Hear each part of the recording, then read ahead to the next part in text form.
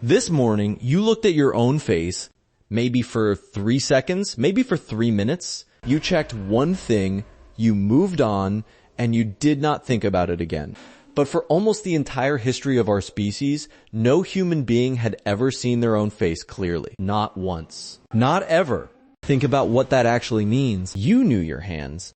You knew your feet, your arms, the skin on your knees. You had touched every part of yourself, but the thing on the front of your head, the thing every other person looked at when they spoke to you, the thing that carried your entire identity, you had never seen it. Homo sapiens has existed for roughly 300,000 years. The oldest manufactured mirror ever found is about 8,000 years old. For more than 97% of our time on this planet, the only mirror was still water. Dark, moving, distorted water that you had to lean over to see. So what happened the first time a human looked down and understood that the face looking back belonged to them? The answer involves a red dot, an elephant, and one word that used to mean something completely different. Start with water. Because for almost all of human history, water was the only mirror that existed. And water is a terrible mirror. It ripples, it darkens. It breaks apart when the wind moves. To see anything in it, conditions have to be nearly perfect. No wind, low light, still surface, and you have to get close. Face down. Eyes off the horizon. That posture is the single most dangerous position a prehistoric human could put themselves in. Waterholes are where predators wait. Not sometimes, always. Big cats, crocodiles, and packs of hunting animals all learned the same thing millions of years before we did. Everything has to drink eventually, and everything is vulnerable while it does. A human kneeling at the edge of still water, head lowered, attention locked on the surface, was doing the exact thing that gets prey killed. This is not an exaggeration. It is why most animals drink in a specific rhythm, head down and up again, never holding still. The animal that stares at its own reflection is the animal that does not see what is coming. So the first time a human understood their own face, it almost certainly happened in the most dangerous 10 seconds of their day. Then, around 6,000 years before the Common Era, in a settlement called Çatalhöyük, in what is now Turkey, someone did something new. They took obsidian volcanic glass, black and hard and sharp, and they ground it down and polished it until it held an image. Those discs are the oldest mirrors ever found. They were not everyday objects. Archaeologists found them buried in graves placed with the dead. Whatever these people thought a mirror was, they thought it was worth taking with you. In 1970, a psychologist named Gordon Gallup Jr. published a study in the journal Science that started with an ordinary moment. He was shaving. Looking at himself in the bathroom mirror, he began wondering whether any animal besides a human could do what he was doing right then. Look at a reflection and know. So he built a test. He put a full-length mirror in front of chimpanzees who had never seen one. For the first 2 days, they treated the reflection exactly like another chimpanzee. They threatened it. They greeted it. They made social calls at it. Then, around day 3, something shifted. They stopped performing at the mirror and started using it. They picked food from their teeth. They inspected the insides of their mouths. They examined parts of their bodies they had never been able to look at. Then came the actual experiment. Gallup anesthetized the chimps and painted a bright red mark on one eyebrow and one ear using a dye with no smell and no texture. Something they could not feel and could not detect any other way. When they woke up and saw themselves, they touched the marks on their own faces roughly 25 times more often than they had before. He ran the same test on monkeys. Monkeys never passed. Not after days. Not after weeks. Not after years of living beside a mirror. They went on treating the reflection as a stranger for their entire lives. That result made the mirror into something no one expected. It became the first instrument that could measure a mind from the outside. The first test for an inner life. The first line drawn between one kind of animal and another. The whole apparatus was a piece of glass. But the strangest result of the mirror test was never about animals. You failed this test. Every single person watching this failed it. And none of you remember failing it.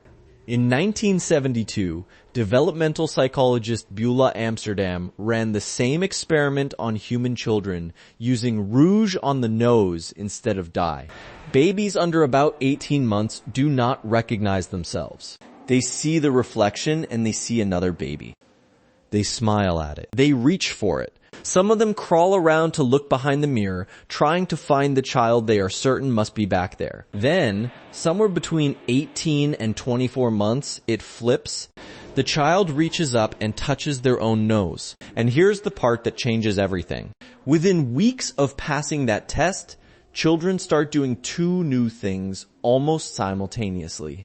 They begin using the words I and me, and they begin showing embarrassment, self-recognition, language for the self, and self-consciousness all arrive in the same season of a human life. The face in the glass and the word for yourself show up together. For decades, everyone treated the mirror test as an intelligence test. It is not one, and the animal that proves it is the gorilla. Gorillas fail consistently, and gorillas are not less intelligent than chimpanzees. The explanation researchers landed on is that in gorilla society, sustained eye contact is a threat. A gorilla looking into a mirror is being stared down by another gorilla, and the correct, socially intelligent response is to look away. When researchers designed setups that let gorillas glance sideways instead of head-on, some of them passed. The test was never measuring how smart a species is. It was measuring whether a species is willing to stare, and once you look at the full list of animals that pass, it stops making any sense at all. Chimpanzees, orangutans, bonobos, bottlenose dolphins, confirmed by Diana Rice and Lori Marino in 2001. Asian elephants, confirmed in 2006 by Joshua Plotnick, Reese, and Franz de Waal, working with an elephant named Happy at the Bronx Zoo. Eurasian magpies in 2008, the first bird ever to pass. And in 2019, a team led by Masanori Koda reported that a cleaner wrasse, a fish the length of your finger, passed the mark test too. That one is still being argued about. There is no clean pattern in that list. Not brain size, not evolutionary distance. A fish and an elephant pass. A monkey does not. So what did mirrors actually do to us? They spread slowly and then all at once. Polished obsidian at Çatalhöyük. Copper mirrors in Mesopotamia by around 4,000 years before the Common Era. Polished bronze in Egypt. Then glass backed with metal made in Roman Sidon in the 1st century. Then Venice, where the glassmakers of Murano perfected tin and mercury backing and guarded the method so fiercely that a good Venetian mirror cost more than a painting by a master. Then in 1835, a German chemist named Justus von Liebig worked out how to coat glass with a thin layer of silver, and mirrors became cheap enough for ordinary houses. 8,000 years to go from a grave good to a bathroom fixture. And there's a word that carries the whole history inside it. Mirror comes through Old French from the Latin mirari, which means to wonder at, to marvel. It is the same root that gives us miracle and admire. The object was named for astonishment. There's a second one, and it is stranger. The Latin word for a mirror was speculum. That is where speculate comes from. For the Romans, to think carefully about something unknown was described using the word for gazing into your own reflection. That is what the mirror meant before it was ordinary. Wonder and the act of thinking itself.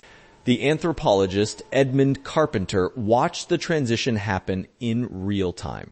Working in Papua New Guinea in the 1970s among people who had never seen their own faces, he handed out mirrors and recorded what followed. First came a period of visible terror. Then came days of obsessive private self-examination.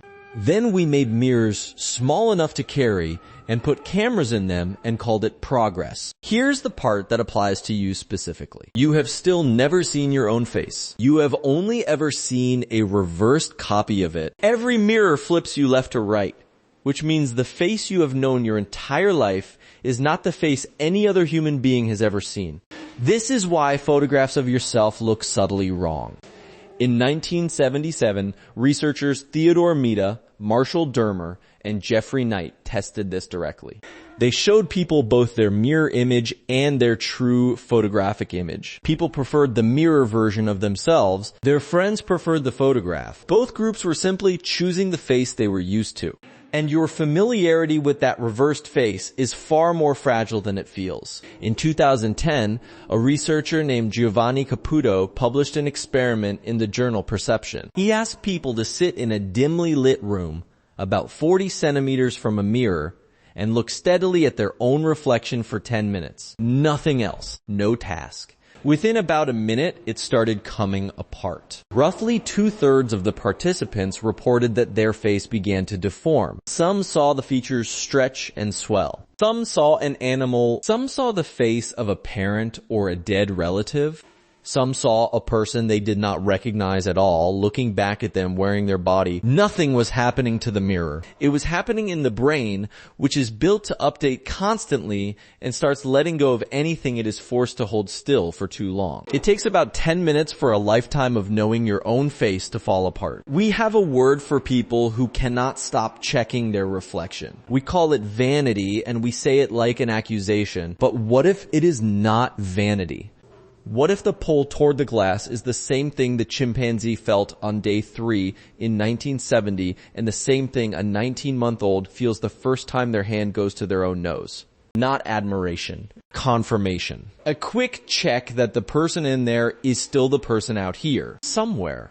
Once. Before writing, before farming, before any of it, a human knelt at the edge of still water at the end of a day when the wind had dropped, and instead of drinking and moving on, they held still and looked, and something arrived that had never existed on this planet before. Nobody wrote it down. There is no way to know who they were, or whether they were frightened, or whether they ever told anyone what happened. They may have seen their own face a handful of times in an entire life. You will see yours 100 times before tomorrow night, and most of those times you will not look at it at all.